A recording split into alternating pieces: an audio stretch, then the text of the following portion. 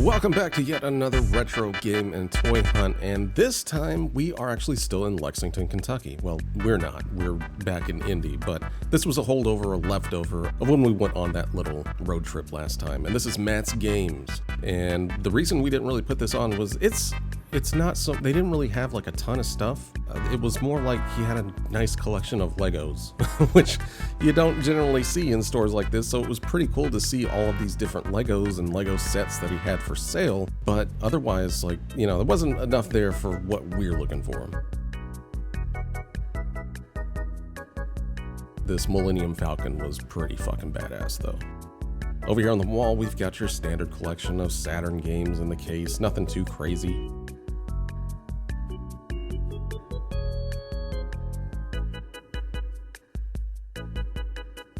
Some Dreamcast, and a pretty large selection of the Inbox Odyssey games. Are these like re-releases? Because I'm seeing them everywhere, like in really good condition. He's got a boxed Jungle Beat back there for $100, which was kind of cool. I haven't even seen one of those in a box in forever.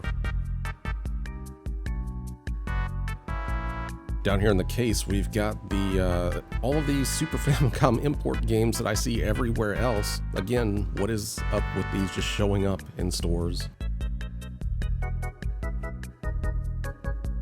And a Weapon Lord in the box. Get your X-Band out and get ready to play some Weapon Lord. Up here on the wall of consoles, he's actually got a Virtual Boy sitting up here. And we asked him how much they were wanting for it, and he was like, I don't know. So it's like, okay, cool, thanks. Got a Addams Family for the TG16 and Legendary Axe sitting there. Somebody better give that Addams Family a home. A really good home, it deserves it.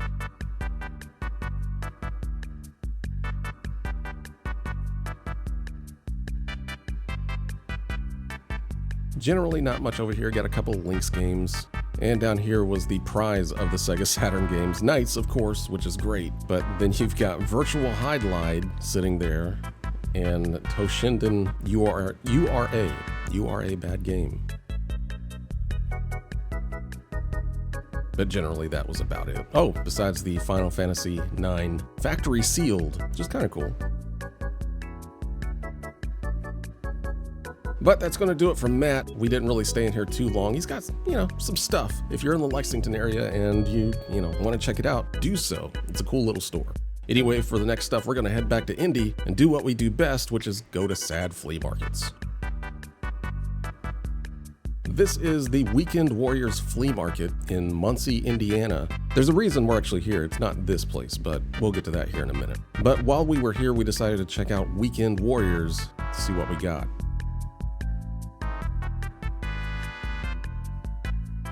And it's like this weird mix of like an antique store and just crap. It's it's a neat little place. It's like it's a bunch of random little rooms that have been taped together, almost like you're going down in your grandma's basement or something, and it's just a bunch of random stuff literally everywhere. Got a super hot 90210 lunchbox there for you.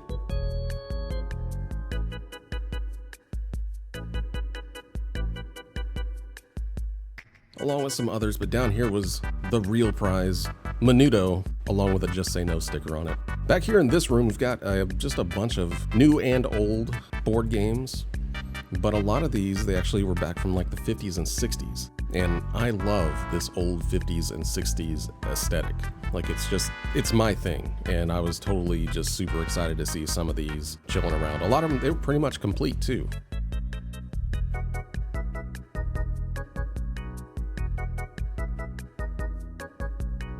Don't see those every day, along with this giant barrel of monkeys. Now these are, if you've never seen these, this is what you had to do to play virtual baseball or football before like you could play electronic baseball or football. I used to have the football version of this. Basically it's this metal board that you plug into the wall outlet and you set your little guys on the field. And then whenever you wanted to do something, you press the button and it vibrates the metal of the field, and then everybody on the field just looks like they're having like the worst stroke of their entire lives, and they sort of move around. You were supposed to be able to play a game like that. I never could. I had, like I said, I had the football one. It was just a mess, but it was always fun to make them vibrate around the field. Over here we got an old turtle in the package. This was back when they were just making them do whatever. Like, I don't know, make them play soccer, who cares? And back here was the true highlight. Just a rack of fedoras, custom fedoras. Like this one has like skeleton parts just glued onto it for some reason. I don't know what that one is, but here, got one with just an Eggo logo on it. And next on the other side, a pink Batman logo. So special.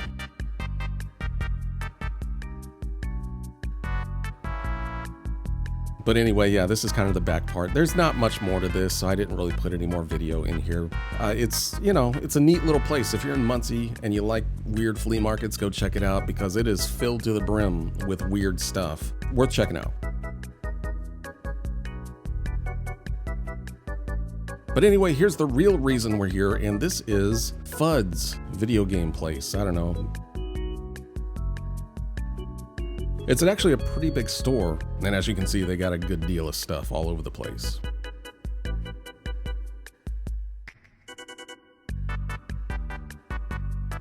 Back here next to Deadpool and Iron Man, we've got the first case of things to go through. And a lot of people ask me, why do we just go to these cases instead of like showing us looking around the store? Mainly because there's nothing else in the store really that would interest anyone, I suppose. The cases is where these places have like their good stuff.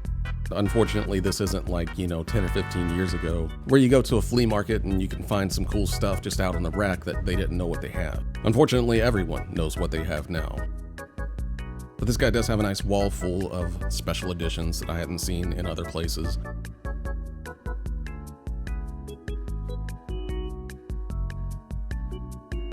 And over here, in this case, there's a Batman kart racing game. I totally forgot that existed.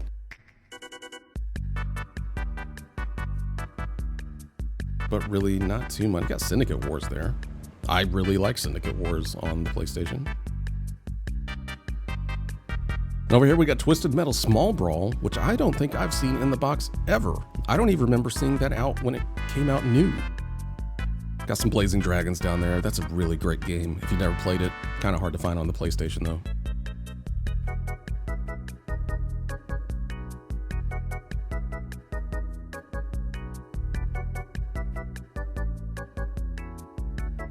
Over here to the side, we've got In the Hunt, in the box, going for an extreme price.